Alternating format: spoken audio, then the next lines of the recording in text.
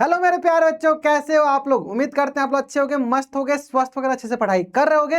तो मैं स्वराज कुमार वर्मा आप सभी का स्वागत करता हूं नेक्स्ट टॉपर यूपी बोर्ड के इस बेहतरीन से प्लेटफॉर्म पे, जहां पे हम देश का भविष्य बनाते हैं। और आज की इस वीडियो में हम डिस्कस करने वाले हैं वृत्त तथा वृत्त से संबंधित क्षेत्रफल वाले 2 नंबर, 4 नंबर और 6 नंबर वाले सभी महत्वपूर्ण क्वेश्चन, जिसके एग्जाम में आने की संभावना ज्यादा से ज्यादा है। तो चलिए स्टार्ट करते हैं सबसे पहले वृत्त से। तो जिसे पता आपको वृत्त में जो क्वेश्चन आने वाले हैं उस डायरेक्ट सिद्ध करने वाले क्वेश्चन आते हैं, तो उसको देखेंगे आराम से। सबसे पहला क्वेश्चन आपको यहाँ पे ये आएगा कि वृत्त के केंद्र से स्पर्श रेखा पे खींची जाने वाली त्रिज्या हमेशा लंब होती है। तो इस प्रकार मान लो ये त्रिज्या होगी और ये स्पर्श रेखा हुई, और वृत्त के केंद्र से स्पर्श रेखा की जो एंड बिंदु अंत बिंदु को मिलाने वाली क्या हो जाएगी, रेखाखंड। तो इस तरह क्या हो जाएगा, ये एक समकोण त्रिभुज बनेगा। तो इसमें 3 क्वेश्चन बनेगा। कभी क्या होगा, आपको आधार गायब किया गया रहेगा, कभी आपको लंब गायब किया गया रहेगा, कभी आपको कर्ण गायब किया गया रहेगा, है ना। अब इनमें से कुछ भी पूछा जा सकता है। तो देखो यहाँ पे लंब क्या हो जाएगा, हमारे स्पर्श रेखा की लंबाई। तो पहला क्वेश्चन क्या आएगा कि वृत्त पर खींची जाने वाली स्पर्श रेखा की लंबाई ज्ञात कीजिए। तो किसकी मदद से, पाइथागोरस भाई साहब की मदद से। तो यहाँ पे हमें आधार जो कि त्रिज्या हो गई, कर्ण दिया गया है, तो लंब निकाल लेंगे क्या, पाइथागोरस लगा के आराम से बना लोगे। चलिए बढ़ते हैं नेक्स्ट दिया गया है बाह्य बिंदु से खींची गई स्पर्श रेखाओं की लंबाई। अब देखिए इसमें क्या होगा, थोड़ा थोड़ा प्रॉपर्टी सीखो। क्या प्रॉपर्टी होता है कि जैसे बाह्य बिंदु से कितना स्पर्श रेखा खींच सकते हैं, 2 स्पर्श रेखा खींच सकते हैं। दोनों आपस में क्या होती है, बराबर होती है। अब वृत्त के केंद्र से स्पर्श रेखा खींची जाने वाली त्रिज्या हमेशा लंब होती है। तो ये 90, ये 90।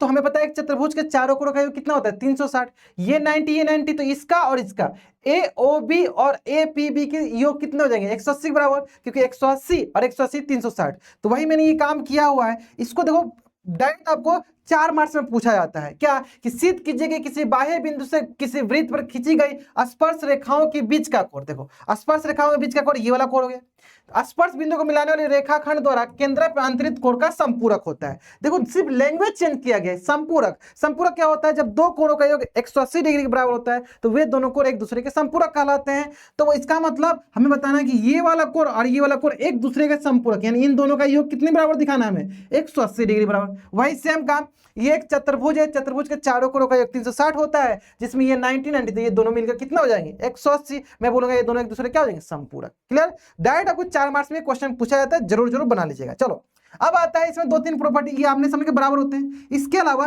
देखो ये हमारे पास रेडियस है, ये रेडियस है। इसका मतलब ये हुआ कि अगर मैं ये वाला त्रिभुज AOP और BOP को अगर मैं जानता हूं कि सर्वांग होता है, इसका मतलब ये वाला एंगल और ये वाला एंगल बराबर होगा। यानी जो भी एंगल आइए, मान लो 100 डिग्री है तो ये 80 होगा, तो 100 का आधा आधा 50-50 हो जाएगा, ये 40-40 हो जाएगा। इसका मतलब मैं बोल सकता हूं कि OP कैसा काम कर रहा है, सर OP जो है कोण समद्विभाजक, यानी कोण को आधा आधा बांटेगा। मान लो कि अगर ये मान लो कि 120 है तो ये क्या आएगा 60, तो ये आधा आधा कर दे, ये 60 हो जाएगा, ये 60 हो जाएगा, ये 30 हो जाएगा, ये 30 हो जाएगा, यानी कोण समद्विभाजक की तरह काम करेगा। बहुत ही महत्वपूर्ण से ये पॉइंट है, इस पे बहुत सारे क्वेश्चन बनते हैं, है ना। चलो अब बढ़ते हैं नेक्स्ट प्रूफ की तरफ। एक और सिद्ध करने वाला क्वेश्चन आता है, जो भी बनता है कि सर ये बाह्य बिंदु से जो खींची गई स्पर्श रेखाएं होती है हमेशा बराबर होती है, इसको सिद्ध कीजिए। तो मैंने आपको थोड़ा बहुत हिंट दे दिया है कि करना क्या है, हमें ट्रेंगल AOP और ट्रेंगल BOP को सर्वांगसम सिद्ध कर देना है। जैसे सर्वांगसम सिद्ध करोगे अपने आप पता चल जाएगा ये बाहर वाला जो हमारे पास स्पर्श रेखा अपने आप बराबर हो जाएंगे। सर सर्वांगसम सिद्ध करने के लिए कैसे कर सकते हैं, तो आप एक सर्वांगसम का पढ़े होगा कसौटी, कौन सा, RHS, right angle hypotenuse side वाला, है ना। समकोण, कर्ण और कोई एक भुजा मिल जाती है तो दोनों त्रिभुज का सर्वांगसम हो जाएंगे। तो यहाँ पे कुछ है क्या, हाँ देखो ये समकोण मिल गया हमें, राइट एंगल, इसके सामने वाला कर्ण दोनों में सेम है, दोनों में एक एक भुजा, देखो दोनों के क्या है, OA बराबर OB, क्योंकि दोनों क्या है, त्रिज्या है। तो वही मैंने काम किया है, क्या किया है, त्रिभुज OAP और त्रिभुज OBP को मैंने क्या किया है, दोनों को सर्वांगसम प्रूफ किया। कैसे, समकोण मिल गया, राइट एंगल मिल गया, सर एक हमारे पास इसके सामने वाला कर्ण मिल गया, यानी हाइपोटेन्यूज मिल गया।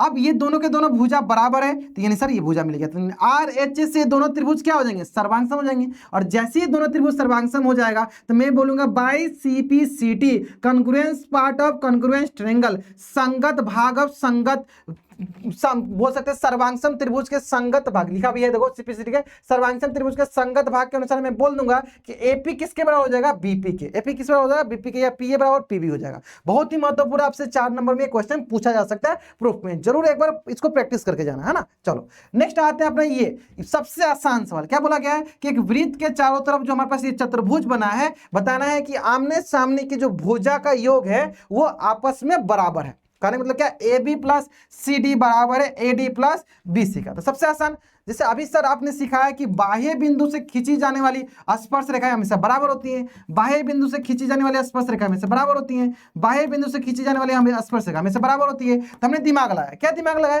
कि सर जिधर मैं पीडी को लिखूंगा उधर ही मैं एपी को लिखूंगा, जिधर मैं ओडी को लिखूंगा उधर ही मैं ओसी को लिखूंगा। ऐसा क्यों, क्योंकि जब हम इसको ऐड करेंगे तो ये क्या बन जाएगा, सीडी बन जाएगा। ठीक है, तो पहला हमने क्या किया, डीओ बराबर डीपी, देखो डीओ बराबर डीपी, जिधर मैंने डीओ लिखा उधर ही मैं किसको लिखूंगा, ओसी को। देखो उसी तरह ओसी बराबर सीएन, जिधर डीओ उधर ओसी लिखा, जिधर सीएन था उधर, जिधर सीएन था उधर ही क्या लिखूंगा, बीएन। देखो उधर मैंने क्या किया, बीएन बराबर एमबी।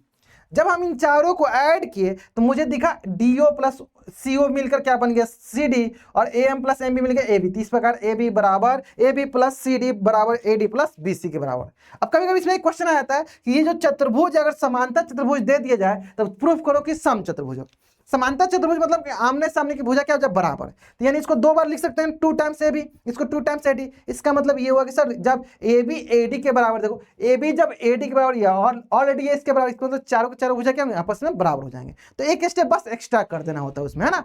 चलो बढ़े नेक्स्ट क्वेश्चन पे। अगला क्वेश्चन इसमें यह आता है कि सिद्ध कीजिए कि वृत्त के किसी व्यास के सिरों पे खींची गई स्पर्श रेखा समांतर होती है। अब जहां पे समांतर की बात करें वहां पे हमें थोड़ा सा याद कर लेना चाहिए 9th वाला कंसेप्ट कि सर अगर मैं बोलूं कि ये दोनों रेखाएं समांतर हैं, अगर मैं बोलूं कि ये दोनों रेखाएं जो है समांतर हैं, तो ये समांतर कब होंगी, जब इसके एकांतर कोण बराबर हो जाए, संगत कोण बराबर हो जाए, क्या इसके अंतः कोणों का योग 180 डिग्री के बराबर हो जाए, तो मैं बोलूंगा कि हाँ ये समांतर है। इसका मतलब कुल मिला के आप देख लो कि ये एकांतर कोण क्या बराबर है, बराबर है तो मैं बोलूंगा L1 L2 के समानांतर है। तो वही मैं काम करने वाला हूं। बोला क्या, चलो एक वृत्त हो गई, ये मेरे पास क्या हो गई, इसके व्यास हो गई, व्यास के सिरे पे हमने दो रेखा खींच दिया। हमें बताना है कि ये दोनों रेखा क्या है, समांतर। तो मैंने दिमाग लगाया, हम जानते हैं वृत्त के केंद्र से खींची जाने वाली त्रिज्या स्पर्श रेखा पे हमेशा लंब होती है, तो यानी इधर से भी लंब इधर से भी लंब। सेम वही काम नीचे भी, इधर से भी लंब इधर से भी लंब। अब हमें बताओ कि अगर ये 90 डिग्री है और ये भी 90 डिग्री है, दोनों एक दूसरे क्या है सर, एक दूसरे के ऐसे एकांतर है, और एकांतर कोण जैसे बराबर होता है तो हम जानते हैं कि वो दोनों रेखाएं क्या हो जाती हैं, समांतर। यानी अगर ये दोनों कोण हमारे बराबर हैं, इसका मतलब ये वाला लाइन और ये वाला लाइन क्या हो जाएंगे, समांतर। और यही तो सिद्ध करना है कि बताओ कि जो वृत्त के व्यास के सिरों पे खींची गई स्पर्श रेखाएं क्या हो गई, समांतर। तो क्या हो जाएंगे, स्पर्श रेखाएं हमारी समांतर। बहुत ही महत्वपूर्ण है, बहुत बार आपके एग्जाम में पूछे गए, तो जरूर जरूर इसको देख के जाइएगा, है ना। चलो नेक्स्ट है कि बहुत इंपॉर्टेंट, इसमें आपका ऑब्जेक्टिव में भी क्वेश्चन पूछे आते हैं। ठीक है, क्या होता है, बहुत बच्चे इसमें थोड़ा सा कंफ्यूज रहते हैं, क्यों होता है, क्योंकि अधिकतर बच्चे ये सोचते हैं कि जो बाह्य बिंदु से खींची गई है वो पीए बराबर पीबी होती है, लेकिन इसमें थोड़ा सा ध्यान से देखो, इसमें एक स्पर्श रेखा होता है और एक छेदक रेखा होता है ना। तो देखो ये हो गई मेरे पास, यहां से यहां तक क्या हो गई, स्पर्श रेखा, यहां से यहां तक क्या हो गई मेरा छेदक रेखा। तो इसमें एक संबंध होता है, क्या संबंध होता है कि जो स्पर्श रेखा की जो लंबाई होती है, इसका जब मैं वर्ग करता हूं ना, तो ये जो छेदक रेखा मेरे पास दिख रहा है पीबी, ये पीबी इंटू यहां से यहां तक पीए के बराबर होती है। बहुत ही महत्वपूर्ण, इससे बहुत इंपॉर्टेंट क्वेश्चन बनते हैं, तो जरूर आप इस पे क्वेश्चन की प्रैक्टिस करके जाना। मैं एक क्वेश्चन करा देता हूं आपको। देखो मान लो कि पीबी की लंबाई 9 है, यहां से लेकर यहां तक 16 है, तो मैं बताना है हमें स्पर्श रेखा की लंबाई। तो क्या होता है, पीटी स्क्वायर बराबर पीए इंटू पीबी, जब रखेंगे तो यहां से पीटी क्या होगा, रूट ओवर 144 जो कि 12 सेंटीमीटर के बराबर आ जाएगा। बहुत ही महत्वपूर्ण ये पॉइंट था, जरूर जरूर इसको देख कर जाना आप। ठीक है, चलो बढ़ते हैं हम लोग नेक्स्ट चैप्टर की तरफ, जिसमें देखना है हमें वृत्त से संबंधित क्षेत्रफल। अब देखो इसमें ज्यादा कुछ नहीं देखना, इसमें सिर्फ देखना है आपको क्या, त्रिज्या खंड का क्षेत्रफल। अब चाप की लंबाई, लघु चाप की लंबाई, दीर्घ चाप की लंबाई, लघु त्रिज्या खंड का क्षेत्रफल, दीर्घ त्रिज्या खंड का क्षेत्रफल, इसके अलावा वृत्त खंड का क्षेत्रफल। ठीक है, अब आता है कि सर त्रिज्या खंड क्या होता है, जब त्रिज्या और चाप मिलकर बनते जो क्षेत्रफल बनता है या जो आकृति बनाती है वो त्रिज्या खंड कहलाती है।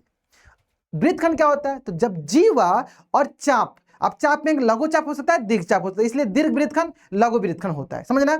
अब इसको निकालते कैसे, ये एक एक करके सीखते हैं, है ना। तो चलो सबसे पहले सीखेंगे हम क्या, चाप की लंबाई निकालना। सबसे पहले क्या सीखते हैं, चाप की लंबाई निकालना, है ना। देखो तो चाप की लंबाई में आपको समझना क्या है कि हमें पता है, क्या बताओ, त्रिभुज, हमें पता है वृत्त का क्षेत्रफल क्या होता है, पाई आर स्क्वायर। लेकिन पाई आर स्क्वायर ही क्यों होता है, बताओ पाई आर स्क्वायर ही क्यों होता है, तो बोलो सर वो ऐसे होता है, देखो 360/360 इंटू पाई आर स्क्वायर, तभी तो ये दोनों कट जाता है, इसलिए तो वृत्त का क्षेत्रफल क्या होता है, पाई आर स्क्वायर। ठीक है, अब अगर मान लो कि सिर्फ मुझे इतना चाहिए, सिर्फ मान लो मुझे इतना चाहिए, सिर्फ इतना, बताओ इसके लिए क्या हो जाएगा सर, इसके लिए हो जाएगा थीटा बटा 360 इंटू पाई स्क्वायर। यानी जहां हमें क्षेत्रफल की बात करना है वहां आर स्क्वायर पाई स्क्वायर होता है, लेकिन जहां हमें लंबाई की बात करना है, जैसे मान लो इसकी परिधि क्या होती है सर, 360 बटा 360 इंटू 2 पाई आर। तो यहां से इसकी परिधि क्या होगी सर, थीटा बटा 360 इंटू 2 पाई आर। और इसी को मैं क्या बोलता हूं, त्रिज्यीय खंड की चाप की लंबाई, त्रिज्यीय खंड की चाप की लंबाई। एकदम अच्छे समझ में आ गया, क्लियर। चलो उसी में सबसे पहला क्वेश्चन दिया गया है कि यहाँ पे हमें पहले चाप की लंबाई बताना है। बताओ चाप की लंबाई क्या होगा सर, थीटा बटा 360 इंटू 2 पाई आर। रख देते हैं, थीटा की वैल्यू क्या है 60 और आर की वैल्यू तो क्या आ जाएगा सर 22 सेंटीमीटर।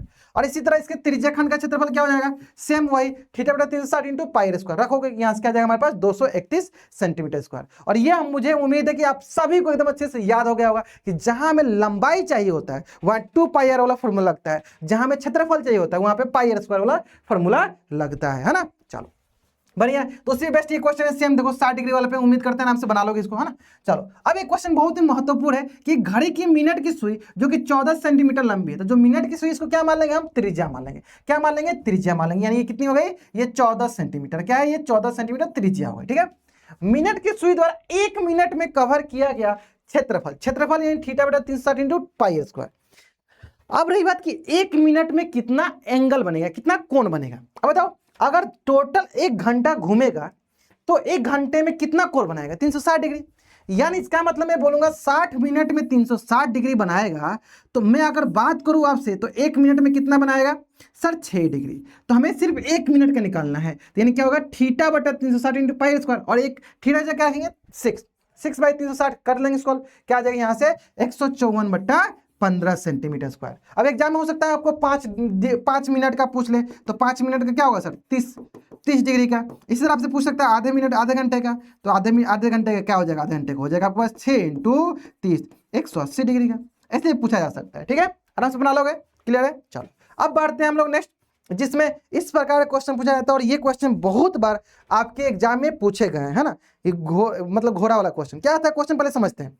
क्वेश्चन ये था कि एक ये वर्गाकार मैदान है ना, वर्गाकार मैदान है जिसके एक कोर से एक घोड़ा बना हुआ है, ठीक है, एक घोड़ा रस्सी से बना हुआ है, ठीक है। तो शुरू में ये 5 मीटर लंबाई की इसके रस्सी है, तो ये कितना चढ़ पाएगा, इतना ही एरिया चढ़ पाएगा शुरू में।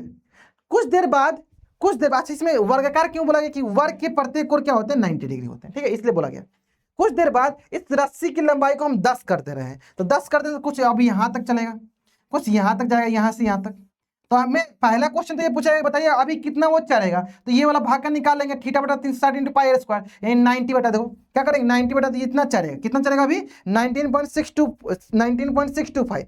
लेकिन कुछ देर बाद इसने बोला कि उसमें वृद्धि की गई, 5 मीटर लंबी की जगह 10 मीटर रखा गया। तब 10 मीटर यहां से यहां तक हो जाएगा। अब जैसे 10 मीटर यहां से यहां तक होगा मेरे लाल, यहां से यहां तक, तो एक्स्ट्रा क्या चला, ये वाला एक्स्ट्रा पार्ट चला।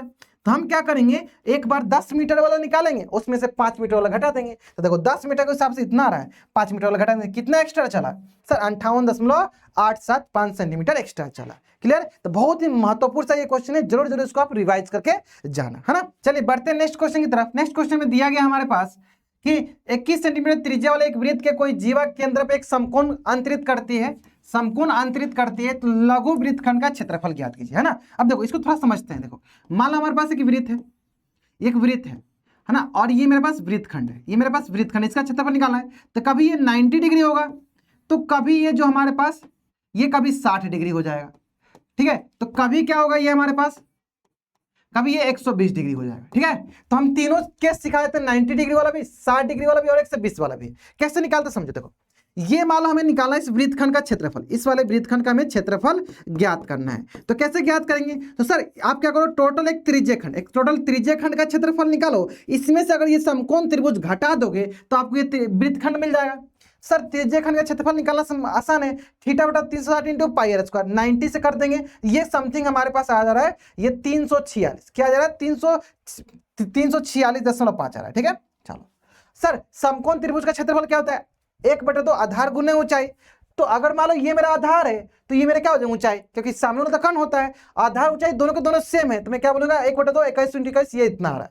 तो जब त्रिज्यीय खंड में से इसको घटा दोगे तो ये मिल जाएगा कितना 126 सेंटीमीटर के आसपास आपको मिल जाएगा।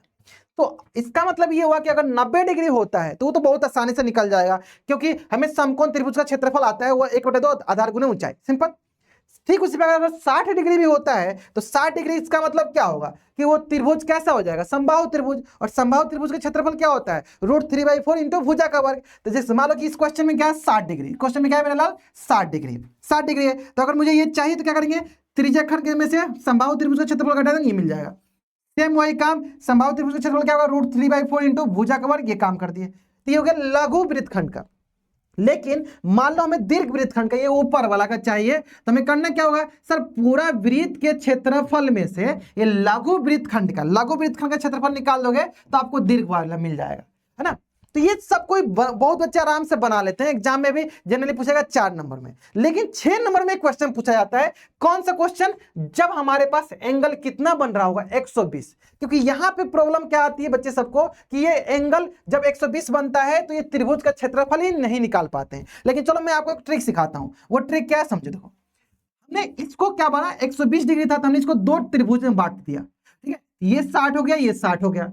और हमने क्या किया, इसकी लंबाई जो है या ऊंचाई जो है इसको निकाला, कैसे, त्रिकोणमिति की मदद से। कैसे सर, अगर ये मान लो त्रिज्या है, ये भी त्रिज्या है क्योंकि ये वृत्त का केंद्र से होकर जा रहा है, दोनों त्रिज्या है, और ये 120 तथा 60, हम यहाँ पे पाइथागोरस नहीं, हम यहाँ पे साइन थीटा लगाकर लंब निकाल सकते हैं, कॉस थीटा लगाकर हम आधार निकाल सकते हैं। तो एक बार हमने क्या किया, देखो यहाँ पे साइन थीटा की मदद से हमने ऊंचाई निकाली, यानी एडी निकाल लिया। सॉरी, हमने साइन थीटा की मदद से क्या निकाल लिया, क्योंकि इसको लिया तो ये निकाल लिया एडी, मतलब आधार निकाल लिया, इसके मतलब से 60 डिग्री इसके मदद से। तो इसके लिए क्या होगा, ये लंब होगा इसके लिए, और इसके लिए क्या होगा, ये आधार होगा, ठीक है। लेकिन अगर मैं बात करूं, मान लो ये 60 था तो इसको मैं 30 बोल सकता था, ठीक है, बोल सकते हो, कोई इशू नहीं, ठीक है। उससे भी बना सकते हो आप कि ये 60 तो ये 30, तो इसलिए ये क्या हो जाएगा, आधार, ये लंब हो जाएगा। लेकिन अगर इसको मैंने माना है एंगल, तो इसके लिए क्या होगा, ये हमारा लंब होगा और ये हमारा आधार। तो इसमें लंब आधार छोड़ देते हैं, हम ऐसे सोचते हैं कि एडी निकालना है तो हमें क्या करना होगा, साइन थीटा लगाना होगा। अगर मुझे डीओ निकालना हो तो क्या लगाना होगा, कॉस थीटा। तो हमने एडी के लिए क्या लगाया, साइन थीटा,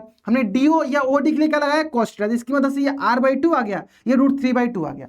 अब देखो सर, ये दोनों के दोनों त्रिभुज जो है सर्वांगसम लग रहे हैं, यानी सेम लग रहा है, क्योंकि इधर भी आर इधर भी आर, तो जितना ये होगा उतना ये भी होगा। तो यानी हम टोटल ए बी की लंबाई क्या हो जाएगी, वो हो जाएगी सर √3r, क्या हो जाएगी, √3r। तो अगर मुझे इसका क्षेत्रफल चाहिए तो मैं क्या बोलूंगा, क्या बोलूंगा, 1/2 आधार गुने ऊंचाई, तो आधार क्या हो जाएगा ए बी, और ऊंचाई क्या हो जाएगा डीओ या ओडी बोल दो। तो बोलेंगे सर 1/2 आधार गुने ऊंचाई, 1/2 into A B into OD. तो यहां से जब इसको मैंने सॉल्व किया तो ये आ गया √3/4 इंटू आर का वर्ग। और पिछले क्वेश्चन में आर हमारे पास कितना दिया गया था, हमारे पास आर दिया गया इस क्वेश्चन में, बताओ कितना दिया गया इस क्वेश्चन में, आर हमें दिया गया 12 सेंटीमीटर। तो इसकी मदद से हमने क्षेत्रफल निकाले, त्रिभुज का कितना गया था, 62.352।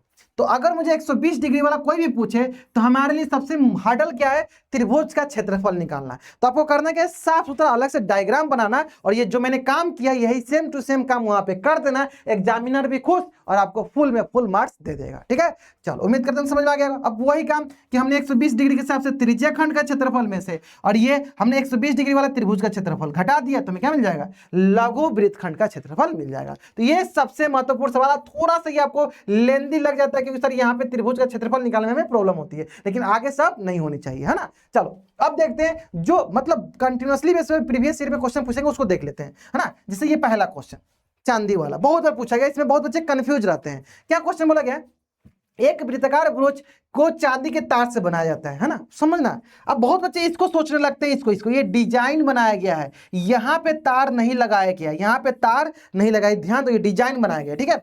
तार लगाया कहाँ कहाँ गया ये समझो, क्वेश्चन को पढ़ के समझ में आएगा कि देखो ये जो बाहर जो हमारे पास दिख रहा है, यहाँ पे तार लगाया गया चांदी का तार, ठीक है, पहला ये हो गया। तो यानी तार कहाँ लगाया गया सर, 2πr परिधि में लगाया गया है, ठीक है। अब आगे देखो और कहाँ लगाया गया, देखो इस तरह का व्यास बनाया गया, पहला एक व्यास बना दिया गया, फिर देखो ये दूसरा व्यास बना दिया गया, फिर देखो ये तीसरा व्यास बना दिया गया हमारे पास, फिर देखो ये हमारे पास चौथा व्यास बना दिया गया, फिर देखो ये हमारे पास पांचवा व्यास बना दिया गया। तो इस तरह कितने व्यास बनाए गए सर, 5 व्यास बनाए गए, यानी 5 गुने डी बोल दो, डी फॉर डायमीटर हो गया। तो इस तरह क्या हो जाए सर, ये हो जाएगा देखो 2πr, और ये हो गया 5 गुने 2r, ऐसे बोल दो, क्योंकि एक व्यास 2 त्रिज्या बराबर होगा। तो इसमें से हम क्या कॉमन ले सकते हैं, 2r कॉमन ले सकते हैं, 2r कॉमन ले तो ये हो जाएगा देखो हमारे पास पाई प्लस 5, इसको सॉल्व कर देना, वही मैंने काम किया, देखो वही। अच्छा डी के रूप, या डी के रूप में भी रख दो, या डी की वैल्यू दिया तो डी के रूप में भी आप रख सकते हो, डी के रूप में भी रख दो, बात बराबर हो जाएगा। क्योंकि इसको क्या लिखोगे, इसको लिखोगे आप कि सर ये हो गया हमारे पास pi into D plus 5d, तो यहाँ क्या कॉमन हो गया सर, डी इंटू 5 प्लस 5, बात तो बराबर ही सेम ही बात है ना। तो डी दिया डायरेक्ट रख दो, तो ये बोला गया। बहुत बच्चे क्या करते हैं, इसी में दिमाग लगाते हैं कि सर ये कहां से, नहीं ये तो डिजाइन बनाएंगे, वहां पे यूज ही नहीं करना में। तो चांदी का तार टोटल कितना यूज हुआ है, डी इंटू 5 प्लस 5, तो कितना आ जाएगा, ये आ जाएगा 285 एम यूज किया गया, ठीक है। लेकिन इसके अलावा भी एक चीज पूछा गया है सेकंड क्वेश्चन में कि ब्रूज के प्रत्येक त्रिज्या खंड का, प्रत्येक मतलब होता है एक का बात किया जा रहा है। बताओ कितने भाग में बांटा गया इसको, तो इसको टोटल बांटा गया है हमें 10 भाग में। तो एक के एंगल कितना हुआ सर, टोटल 360 होगा, 360 में 10, एक एंगल कितना होगा 36 डिग्री, यानी 36 डिग्री से हम त्रिज्याखंड का क्षेत्रफल निकाल लेंगे, जो कि कितना आ जाएगा 385/4। बहुत बार पूछा गया, जरूर देखकर जाना है, प्रीवियस ईयर का क्वेश्चन है ना। चलो ये आ गया सर, ये छाता दिया गया है ना, जान मुझे बताया गया देखो छाता दिया गया है, लेकिन इसमें एक हिंट दिया गया कि छाता में 8 ताने लगाए गए हैं। मतलब इसमें कितने लगाए गए, 8 ताने, जैसे 1 ताना 2 ताना 3 ताना 4 ताना, इसमें 8 ताना लगाए गए, ठीक है। अब समझना ध्यान से हुआ क्या कि सर 8 ताने के बारे में क्यों जिक्र किया गया है, ताकि आप इसके जो एंगल है उसको निकाल सको। क्या करोगे, एंगल निकाल सको। कैसे निकालोगे सर, 8 ताना है यानी 360/8 करेंगे, यानी 2 तानों के बीच का एंगल कितना हो जाएगा 45 डिग्री। अब किसी 2 क्रमागत ताना मतलब इसके बीच में, तो 45 डिग्री के हिसाब से क्या निकालोगे आप, त्रिज्याखंड का क्षेत्रफल, तो ये इतना आ जाएगा। बस आपको समझना है कि एंगल कितना, एंगल आ गया, सब काम हो गया, ठीक है। चलो उम्मीद करते हैं एकदम अच्छे से आपको समझ में आ गया होगा वृत्त और वृत्त से संबंधित क्षेत्रफल, ठीक है। तो आपको करना क्या है, कुल मिला के फॉर्मूला आपको याद होना चाहिए। जो मैंने इंपॉर्टेंट क्वेश्चन करा है उसको आप 1-2 बार जरूर प्रैक्टिस कर लेना। 120 डिग्री वाला जो वृत्तखंड वाला जरूर उसको प्रैक्टिस कर लेना, आपके काम आएगा। क्योंकि मस्ट अगर 6 नंबर में क्वेश्चन पूछा जाएगा तो वो क्वेश्चन पूछ लिया जाएगा, ठीक है।